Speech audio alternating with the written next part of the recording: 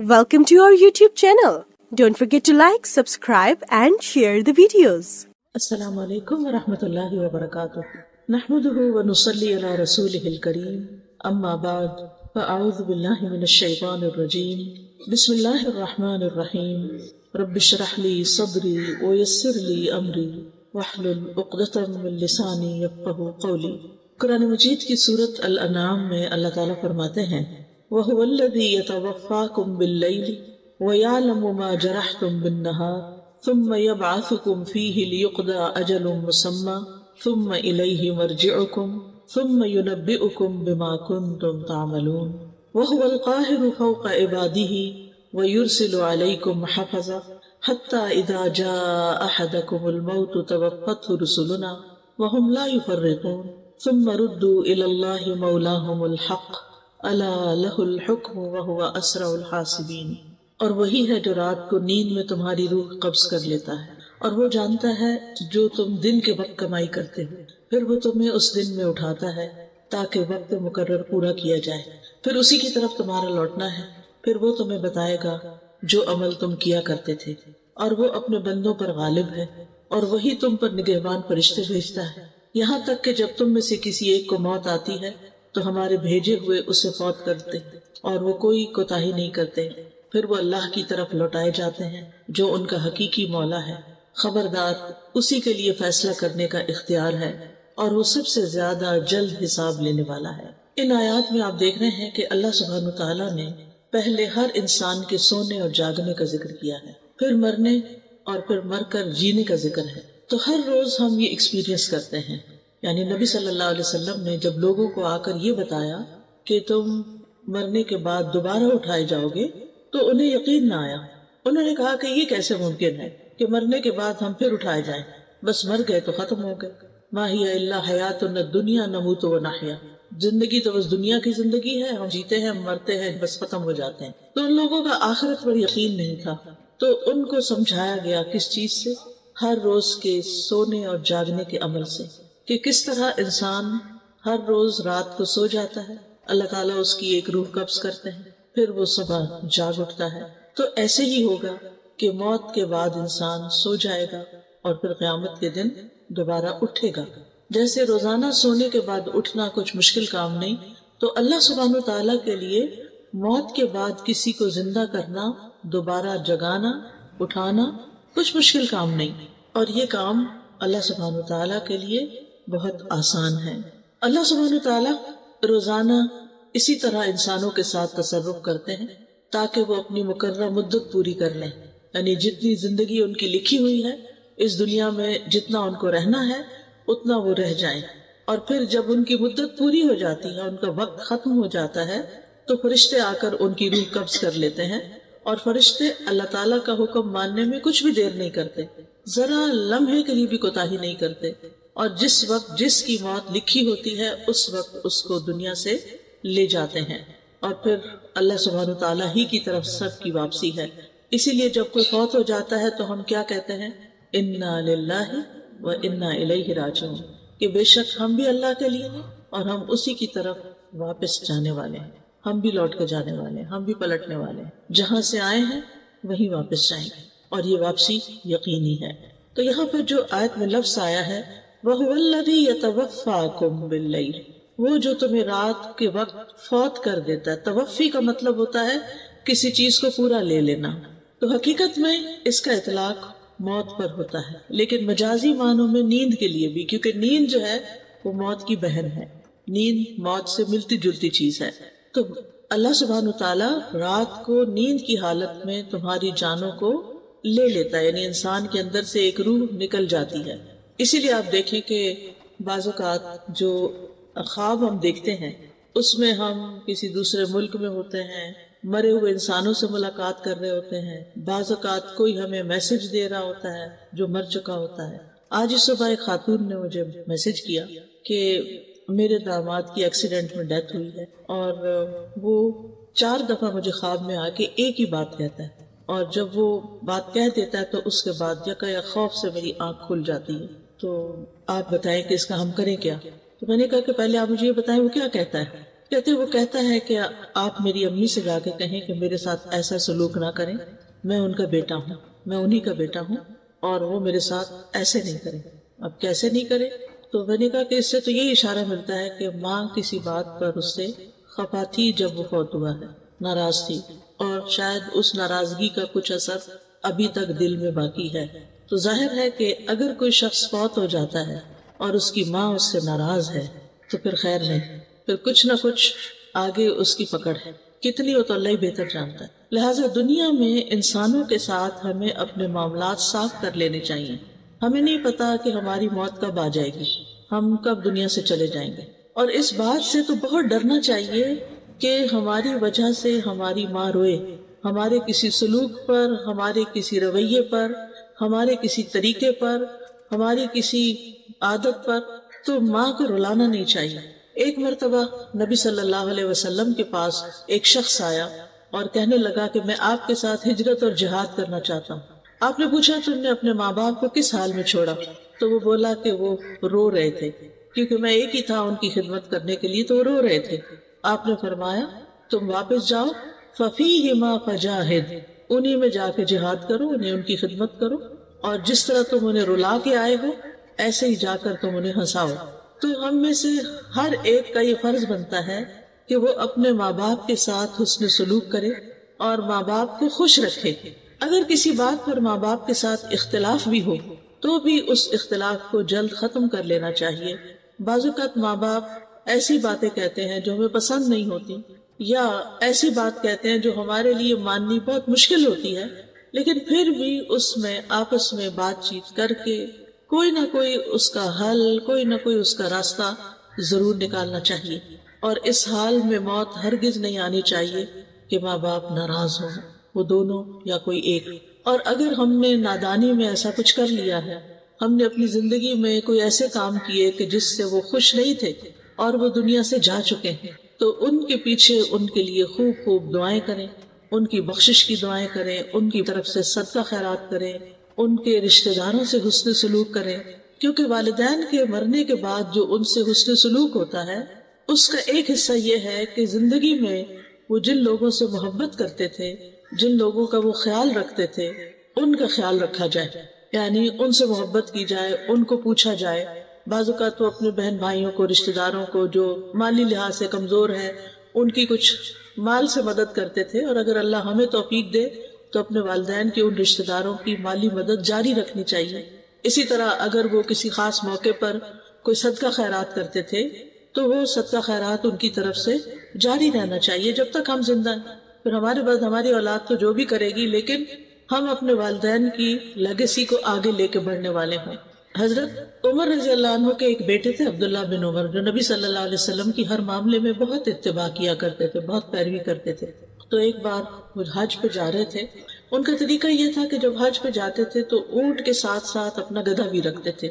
آپ کو معلوم ہے کہ اونٹ کی سواری تھکا دینے والی ہوتی ہے، اور جب وہ اونٹ پر بیٹھے بیٹھے تھک جاتے تھے تو پھر گدھے کو سواری کے لیے استعمال کرتے تھے۔ اور راستے میں چونکہ مٹی گرد بہت ہوتی تھی تو وہ اپنے سر پہ پگڑی پہنتے تھے۔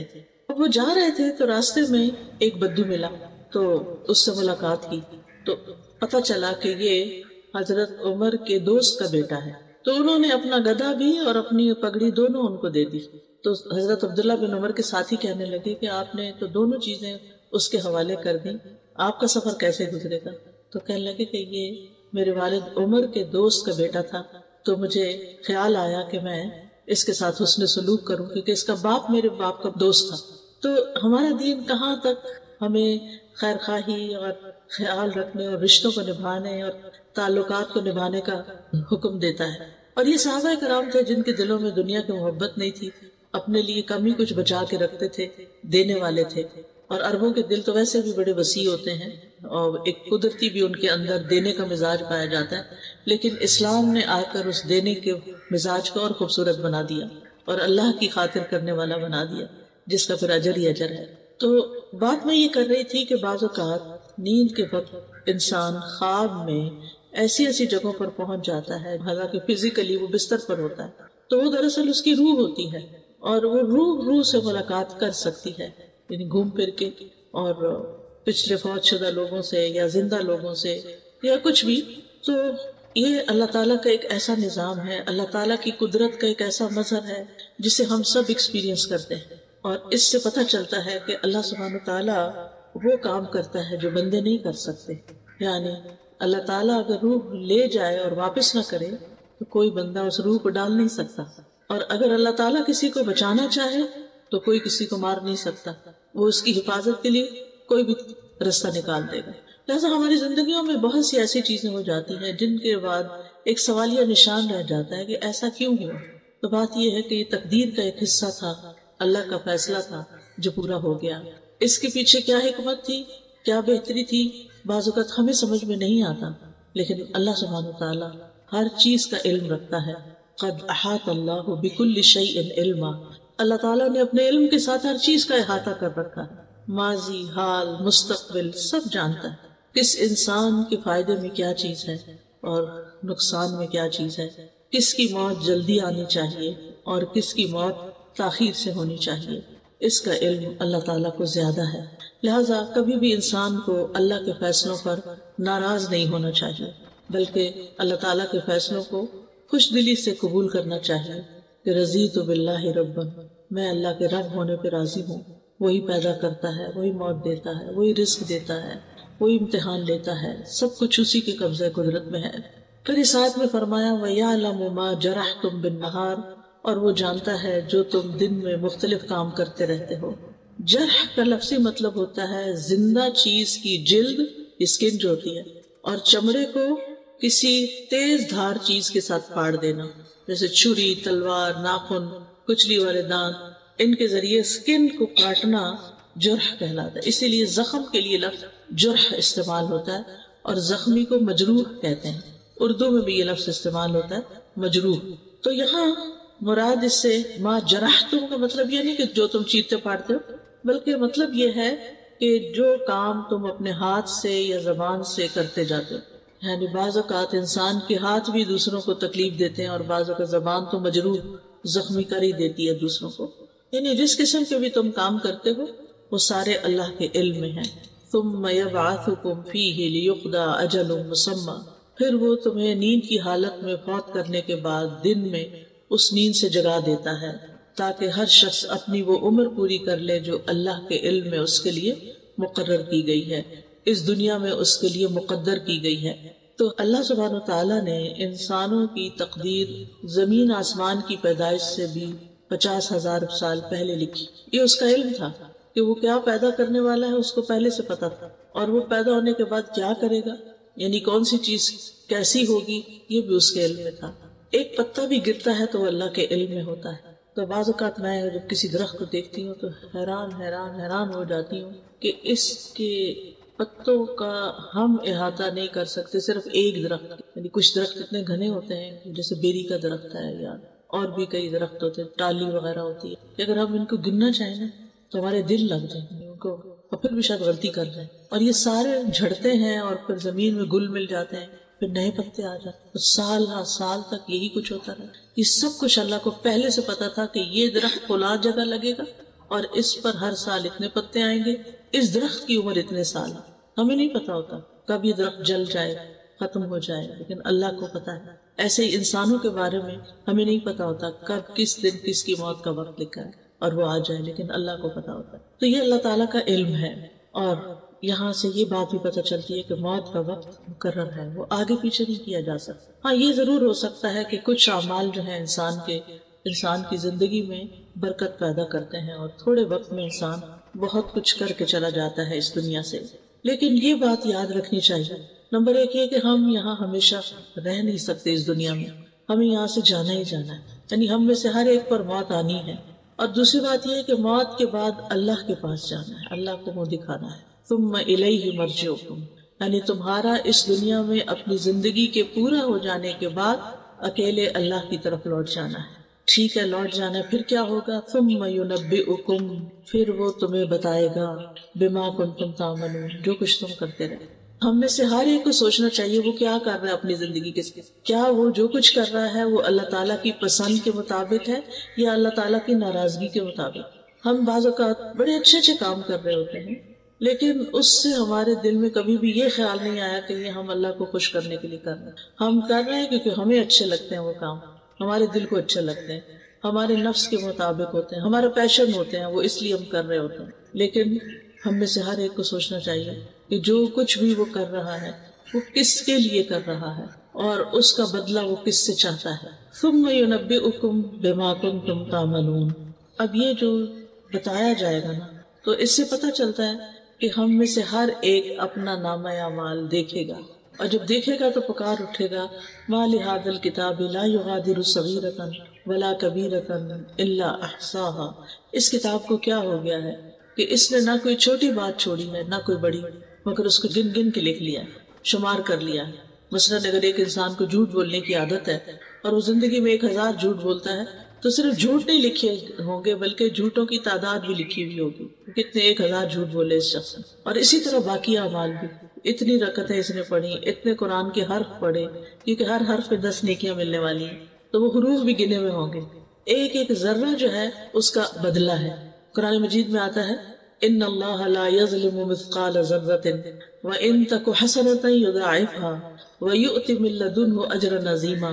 اللہ کسی جان پر ایک ذرے جتنا بھی ظلم نہیں کرتا، ایک ڈاٹ جتنا بھی، ڈاٹ بھی بڑا ہوتا ہے، ذرہ اس سے بھی چھوٹا ہوتا ہے، اور اگر وہ ذرہ نیکی کا ہو تو اس کو وہ کئی گنا زیادہ بڑھا دیتا ہے، ملٹی پلائی کر دیتا ہے، اور اپنے پاس سے اجر عظیم عطا کرتا ہے. یہ ہے ہمارا رب اللہ الرحمن کہ جو ہماری نیکیوں کی اس قدردانی کرتا ہے کہ بڑے اعمال تو اپنی جگہ لیکن چھوٹا سا عمل بھی وہ قبول کرتا ہے، وہ چھوٹے سے عمل سے بھی راضی ہو جاتا ہے. اور اگر خلوص کا ذرے جتنا عمل بھی ہو تو اس کو بھی اللہ سبحانہ تعالیٰ بہترین اجر سے نوازے گا. وَيُؤْتِ مِن لَدُنْهُ أَجْرًا عَظِيمًا. یعنی اللہ کے پاس تو بہت کچھ ہے، اس کے خزانے تو بہت وسیع ہیں، لہٰذا وہ اپنے پاس سے انسان کو اجر عظیم عطا کرے گا. یہ اللہ کا فضل ہے، یہ اللہ کی رحمت ہے. حلال کمائی میں سے ایک لقمہ جو انسان اللہ کے راستے میں خرچ کرتا ہے، اللہ سبحانہ تعالیٰ اس کو اپنے دائیں ہاتھ سے قبول کرتا ہے، دائیں ہاتھ میں لیتا ہے، پھر اس کو بڑھاتا ہے، بڑھاتا ہے، بڑھاتا ہے، حتیٰ کہ ایک لقمہ احد پہاڑ جتنا بڑا ہو جاتا ہے. آپ میں سے کسی نے احد پہاڑ دیکھا ہوگا، تقریباً 12 میل تک اس کی رینج ہے، اور بہت ہیوی قسم کا پہاڑ، بھاری قسم کا. صرف ایک مورسر، ایک لقمہ جو آپ کسی کو کھلا دیتے ہیں. بس شرط یہ ہے کہ اللہ کی خاطر کھلائیں، اور شرط یہ ہے کہ حلال کمائی میں سے ہو، کیونکہ ان اللہ طیب لا يقبل الا الطیب. اللہ تعالیٰ پاک ہے اور وہ پاک چیز کے علاوہ قبول ہی نہیں کرتا. یعنی حرام مال کو وہ قبول نہیں کرتا، مشکوک مال کو وہ قبول نہیں کرتا، پاکیزہ مال ہی کو قبول کرتا ہے جو انسان محنت سے کماتا ہے اور پھر محنت سے اپنے دل لگا کے اس کو خرچ کرتا ہے، اپنے دل کی خوشی سے اس کو آگے دیتا ہے. اور پھر صحیفوں میں تو ایک ایک چیز لکھی ہوئی ہے جسے کوئی مٹا نہیں سکتا، اور ہر چھوٹی بڑی بات کل کبیر و صغیر مستطر، اور چھوٹی سے چھوٹی چیز اور بڑی سے بڑی چیز سطروں میں لکھی ہوئی. مستطر، سطر کہتے ہیں نا لائن کو، یعنی تحریر شدہ ہے، ریکارڈڈ ہے، لکھی ہوئی ہے. اللہ تعالیٰ فرماتے ہیں سورۃ المجادلہ میں احصاہ اللہ ونسوہ. اللہ نے انہیں گن گن کر رکھا ہے جبکہ وہ اسے بھول چکے. انسان اپنے اعمال کر کے بھول جاتا ہے، زبان سے باتیں نکال کے بھول جاتا ہے، اپنے رویوں کو فراموش کر دیتا ہے، لیکن اللہ سبحانہ وتعالیٰ اس کو نہیں بھولتا.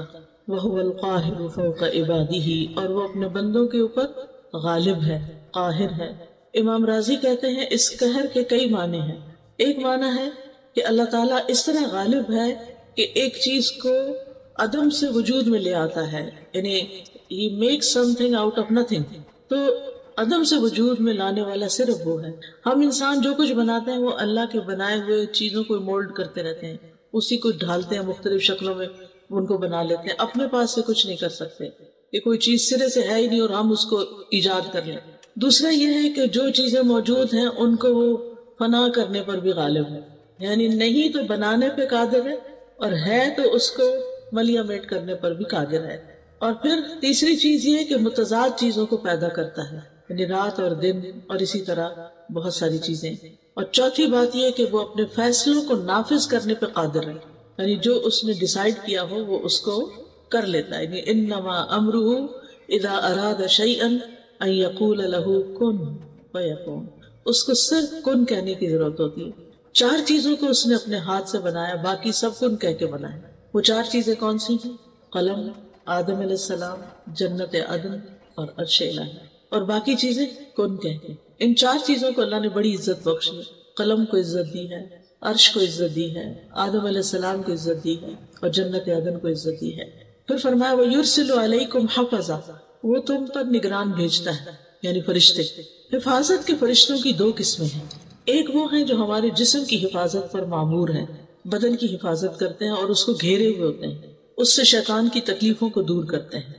سورۃ الرعد میں آتا ہے لَهُ مُعَقِّبَاتٌ مِّن بَيْنِ يَدَيْهِ وَمِن خَلْفِهِ يَحْفَظُونَهُ مِنْ أَمْرِ اللَّهِ، اس کے لیے اس کے سامنے سے اور اس کے پیچھے سے پہرے دار مقرر ہیں جو اللہ کے حکم سے اس کی حفاظت کرتے ہیں۔ يَحْفَظُونَهُ مِنْ أَمْرِ اللَّهِ، یعنی من امر اللہ سے مراد بِأَمْرِ اللہ، اللہ کے حکم کے ساتھ۔ دوسرے وہ فرشتے ہیں جو انسان کے اعمال کی حفاظت پر مامور ہیں، یعنی جو ایک ایک حرکت اور ایک ایک کام پر نگاہ رکھتے ہیں اور ہر ایکشن، ہر چیز کا پورا ریکارڈ مینٹین کر رہے ہیں۔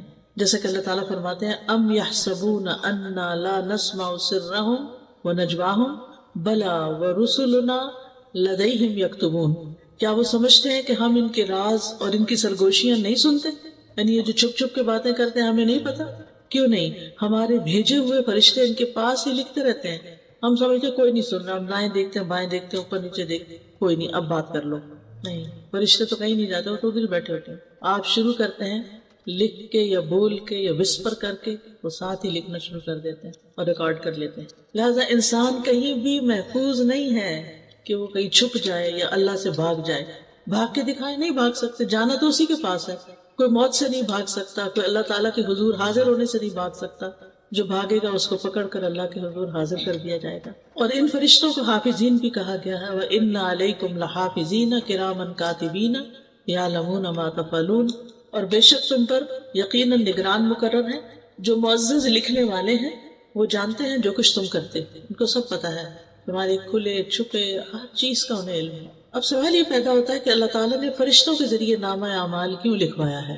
یعنی اللہ تعالیٰ کو اگر خود ہی پتا ہے تو پھر فرشتوں سے کیوں لکھوایا ہے؟ اس میں بندوں کے لیے شفقت اور نرمی ہے، کیونکہ جب ان کو پتا ہوگا کہ اللہ تعالیٰ خود نگرانی کر رہا ہے، اور پھر یہ کہ فرشتے بھی لکھ رہے ہیں اور ان کا نامہ اعمال تیار کر رہے ہیں، اور یہ نامہ اعمال قیامت کے دن سب لوگوں کے سامنے انہیں پیش کیا جائے گا، یا دائیں ہاتھ میں دیا جائے گا یا بائیں ہاتھ میں دیا جائے گا، تو یہ اللہ تعالیٰ کی مہربانی ہے کہ پہلے سے ہی بتا دیا گیا ہے، اور اس طرح وہ اپنے اس نامہ اعمال کی حفاظت کرتے ہیں کہ یہ سب کے سامنے آ جائے گا تو اس کی بہت سخت شرمندگی ہوگی، تو مجھے اپنے ظاہر اور باطن کو ایک کر لینا چاہیے۔ یہ نہیں کہ میرے دو روپ ہوں، ڈبل فیس ہو، میں لوگوں کے سامنے کچھ ہوں، میں تنہائی میں کچھ ہوں، میں اپنوں میں کچھ اور ہوں اور کسی اور کے سامنے اور ہوں، اپنے گھر میں کچھ اور ہوں اور باہر کچھ اور ہوں۔ نہیں، انسان ہی رہے اور لوگوں سے زیادہ اپنے رب سے ڈرنے والا ہو۔ پھر فرمایا حتی اذا جاء احدکم الموت توفته رسلنا، یہاں تک کہ جب ان میں سے کسی کی موت کا وقت آ جاتا ہے تو ہمارے فرشتے جو اس سلسلے میں مقرر ہیں وہ اس کو پورا لے لیتے ہیں۔ یعنی یہ جو کرامن کاتبین ہیں یہ زندگی کی مدت ختم ہونے تک بس حفاظت کرتے ہیں، اور جب مدت ختم ہو جاتی ہے تو دوسرے فرشتے آ جاتے ہیں، ڈیوٹی چینج ہو جاتی ہے، یہ فرشتے چلے جاتے ہیں ہمیشہ کے لیے واپس، اور وہ فرشتے آتے ہیں جنہیں انسان کو فوت کرنے کا کام دیا گیا، وہ فوراً حاضر ہو جاتے ہیں، اور ان کا سردار ملک الموت کہلاتا ہے۔ جب موت کا وقت آتا ہے تو فرشتے دور تک حد نگاہ نظر آنے لگتے ہیں انسان۔ آپ نے دیکھا ہوگا کہ کئی مریض یہ بھی کہتے ہیں کہ بہت لوگ آ گئے ہیں، جگہ بناؤ، کھڑکی کھول دو، دروازہ کھول دو، پیچھے ہٹ جاؤ، جگہ بناؤ۔ یہ اکثر سننے کو ملتا ہے، یعنی مرنے والا اس طرح کی باتیں کر رہا ہوتا ہے۔ تو مومن کی روح جب فرشتے لینے آتے ہیں تو حد نگاہ تک فرشتے، اور وہ نورانی چہروں والے ہوتے ہیں، خوبصورت فرشتے ہوتے ہیں، جس کی وجہ سے میت کو ایک اطمینان ہو جاتا ہے۔ پھر ملک الموت آتے ہیں اور وہ فرشتوں کے سردار ہیں جو موت کا کام کرتے ہیں، اور وہ اس کے سرہانے کے پاس بیٹھ جاتے ہیں اور کہتے ہیں یا ایتھا النفس المطمئنہ ارجعی الی ربک راضیۃ مرضیہ فادخلی فی عبادی وادخلی جنتی ایھا الروح الطیب اخرجی من جسد طیب، اے پاک روح، پاکیزہ جسم سے باہر آ جاؤ۔ اور وہ روح ان کے کہنے پر ایسے باہر آ جاتی ہے جیسے پانی کا قطرہ کسی بوتل میں سے باہر نکل جائے، آسانی کے ساتھ، کیونکہ اس کو رب کی ملاقات کی بشارت مل چکی ہوتی ہے کہ رب راضی ہے تم سے، تو وہ خوش ہو جاتی ہے کہ اب آگے مشکل نہیں ہے، اب جانا چاہیے۔ پھر اس کو دنیا سے زیادہ آخرت کی محبت لگ جاتی ہے. تو ایسے بندے سے اللہ تعالیٰ بھی ملنا چاہتا ہے جو اللہ کی ملاقات کی خواہش رکھتا ہو. ابن عباس کہتے ہیں کہ بہت سے فرشتے ملک الموت کے معاون ہیں، لہٰذا جو ہی روح نکلتی ہے تو ملک الموت روح نکال کے لے کے فوراً فرشتوں کے حوالے کر دیتے ہیں. پھر وہ جو نیک شخص ہوتا ہے اس کے لیے جنت سے کفن آتا ہے، روح کے لیے الگ کفن ہوتا ہے، اور جنت کی خوشبو حنوط بھی لاتے ہیں، اس کا نام حنوط ہے، حانون باء. تو وہ اس خوشبودار کفن میں اس کی روح لپیٹتے ہیں اور اس کو لے جاتے ہیں فوراً. یعنی فرشتے اس کو لے کے آگے چل پڑتے آسمانوں کی طرف جاتے ہیں. جہاں جہاں سے فرشتے گزرتے ہیں اس روح کو لے کر، تو فرشتوں کا کوئی بھی گروہ جو راستے میں نظر آتا ہے وہ پوچھتا ہے کہ یہ کون پاکیزہ روح ہے. یعنی اس کی خوشبو کی وجہ سے اور اس کے احترام کی وجہ سے تو پتہ چلتا ہے کہ یہ تو فلاں جو دنیا میں اس کا سب سے اچھا نام تھا، عزت سے جس نام سے اس کو بلایا جاتا تھا، اس نام کے ساتھ بتایا جاتا ہے کہ فلاں کی روح جا رہی. حتیٰ کہ وہ پہلے آسمان تک پہنچتی ہے، پھر وہ دروازہ کھٹکھٹاتے ہیں، پھر وہ پوچھتے ہیں کہ کون ہے، تو بتایا جاتا ہے کہ فلاں کی روح ہے، پھر دروازہ کھول دیا جاتا ہے. اور کرتے کرتے اس طرح 7ویں آسمان پہ پہنچ جاتی ہے، علیین، اعلیٰ علیین میں پہنچ جاتی. تو بہرحال دنیا میں جسم کو نہلایا دلایا جاتا ہے اور پھر قبر میں لٹایا جاتا ہے، اور پھر اس کی روح واپس آتی ہے اس کے جسم میں، اور پھر حساب کتاب. وہم لا یفرطون، اور وہ روح نکالنے میں کوئی کمی نہیں کرتے، یعنی وقت مقرر سے پہلے نہیں جاتے اور موت کا وقت پورا ہونے کے بعد تاخیر نہیں کرتے. یعنی اپنی ڈیوٹی پرفیکٹلی انجام دیتے ہیں، کوئی کوتاہی نہیں کرتے، نہ پہلے جاتے ہیں نہ لیٹ جاتے ہیں، عین ٹائم پر. اور پھر یہ بھی معنی کیا گیا ہے کہ روح کو اس کے مقام تک پہنچانے میں کوئی کمی نہیں کرتے. اگر وہ اعلیٰ علیین سے تعلق رکھتا ہے تو وہاں لے جاتے ہیں اس کو، اور اگر کوئی برا انسان ہے، بدکار انسان ہے، تو اس کو سجین میں بھی لے جاتے ہیں، کیونکہ آسمان کے دروازے ایسے لوگوں کے لیے کھلتے ہی نہیں، اور ان کو پٹخا مارا جاتا ہے اور سجین میں ان کی روح جاتی. اور سجین ایک قید خانہ ہے. سجین کے بارے میں عام طور پر لوگوں کے اندر غلط فہمی پائی جاتی ہے. اس میں ہم دیکھتے ہیں کہ علماء جو ہیں سجین کے 2 معنی کرتے ہیں. ایک تو وہ جو قرآن مجید میں آتا ہے کلا ان کتاب الابرار لفی علیین، اور پھر اسی طرح لفی سجین جو برے لوگوں کا نام اعمال ہے. اس کا معنی کیا ہے کہ فجار کے برعکس نیک لوگوں کی کتاب یا نامہ اعمال جو ہے وہ علیین میں رکھا جاتا ہے.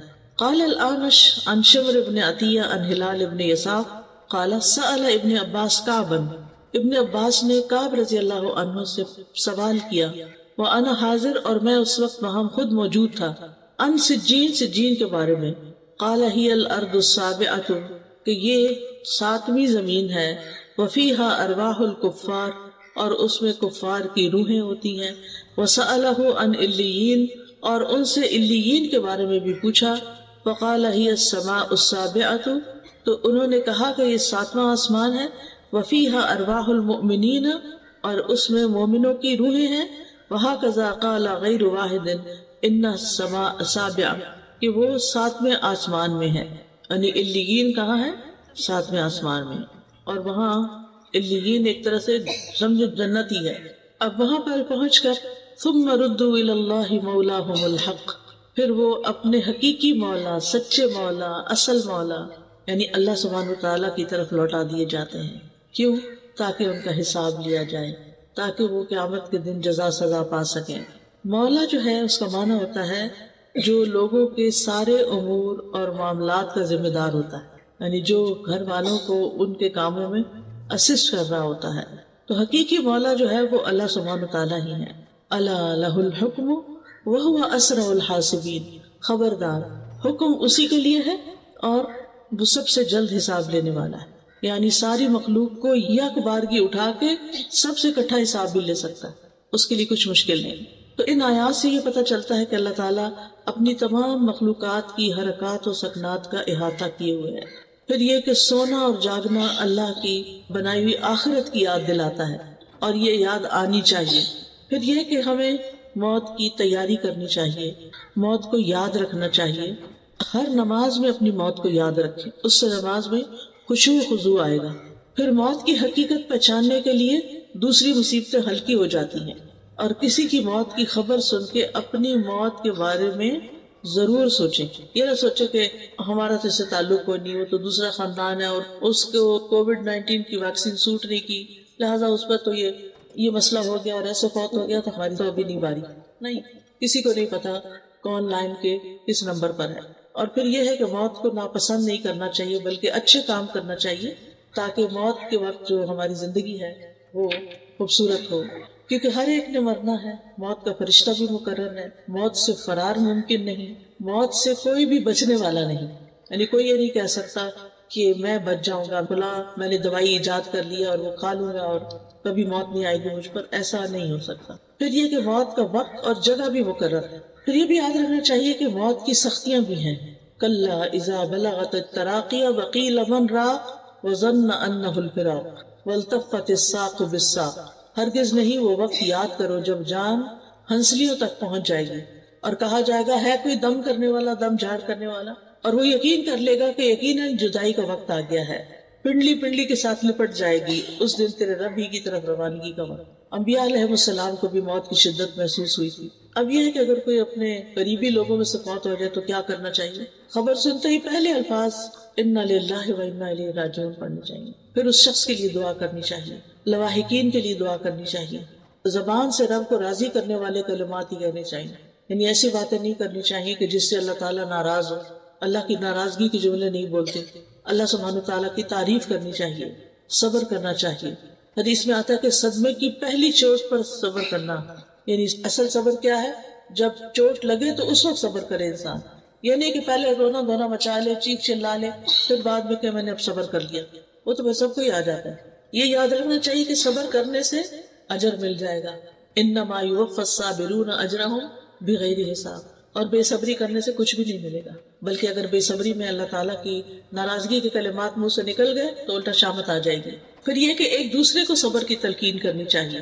غم کے موقع پہ جزا فضا نہیں کرنی چاہیے، نوحہ نہیں کرنا چاہیے. پھر میت کے پاس خیر والے کلمات بولیں، اس کی خوبیوں کا ذکر کریں، اس کی اچھی صفات کا ذکر کریں، کیونکہ وہ اس کے حق میں لکھے جاتے ہیں. اور اگر اس کے بارے میں بری باتیں کی جائے تو وہ بھی لکھی جاتی ہیں جن پر اس کو سزا ہو سکتی ہے. پھر جلد کفنانے دفنانے کا انتظام کرنا چاہیے. میت کے اوپر اگر قرض ہو پہلے اس کا قرض ادا کر دیا جائے. پھر قریبی رشتہ داروں کو میت کا غسل دینا چاہیے، بیری کے پانی سے. سفید اور اچھا کفن پہنانا چاہیے، ریشمی نہیں، کاٹن کا ہو. پھر جو میت کو کفن پہنائے اللہ سبحانہ تعالیٰ اسے قیامت کے دن سندس کا لباس پہنائے گا. جو خرچہ کرے گا وہ پہنائے گا اپنی طرف سے. پھر یہ کہ عورتوں کو جنازے کے ساتھ نہیں جانا چاہیے. پھر دفنانے کے بعد رک کے میت کی بخشش کی دعا کرنی چاہیے. اور رشتہ داروں کو تو بعد میں ہر روز خود اپنی نمازوں کے بعد دعا کر لینی چاہیے، کیونکہ میت کو سب سے زیادہ بخشش کی دعا چاہیے ہوتی ہے. حدیث میں آتا ہے نبی صلی اللہ علیہ وسلم جب میت کو دفن کر کے فارغ ہو جاتے تو اس کی قبر پر رکتے اور فرماتے اپنے بھائی کے لیے استغفار کرو. پھر اولاد کی دعا جو ہے وہ والد کے حق میں قبول ہوتی ہے. اولاد کی دعا میت کی یعنی اپنے والدین کی درجات کی بلندی کا باعث بھی ہوتی ہے. 3 اعمال کے علاوہ باقی اعمال کے سلسلے ختم ہو جاتے ہیں. صدقہ جاریہ، یا وہ علم جس سے نفع اٹھایا جا رہا ہے، یا وہ نیک اولاد جو اس کے لیے پیچھے سے دعائیں کرے، بس. پھر خیر کا کوئی کام بھی اس کی طرف سے کیا جائے گا تو اس کو ثواب ملے گا انشاءاللہ. پھر میت کی طرف سے صدقہ بھی کرنا چاہیے. اس میں حضرت عائشہ سے روایت ہے کہ ایک آدمی نے پوچھا کہ میری ماں صدقہ کرنا بہت پسند کرتی تھی، اگر میں اس کی طرف سے کروں تو کیا مجھے فائدہ ہوگا؟ تو آپ نے فرمایا ہاں.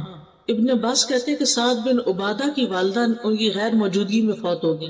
انہوں نے عرض کیا اللہ کے رسول صلی اللہ علیہ وسلم میری والدہ فوت ہو گئی اور میں موجود نہیں تھا، کیا ان کی طرف سے میرا صدقہ کرنا ان کو فائدہ دے گا؟ آپ نے فرمایا ہاں. تو سعد نے کہا میں آپ کو گواہ بناتا ہوں کہ میرا پھلدار باغ ان کی طرف سے صدقہ ہے. پھر میت کے چھٹے ہوئے روزے رکھنے چاہیے جو ان کے وارثین وغیرہ ہوں. پھر میت کی طرف سے ہو ممکن تو حج بھی کیا جائے.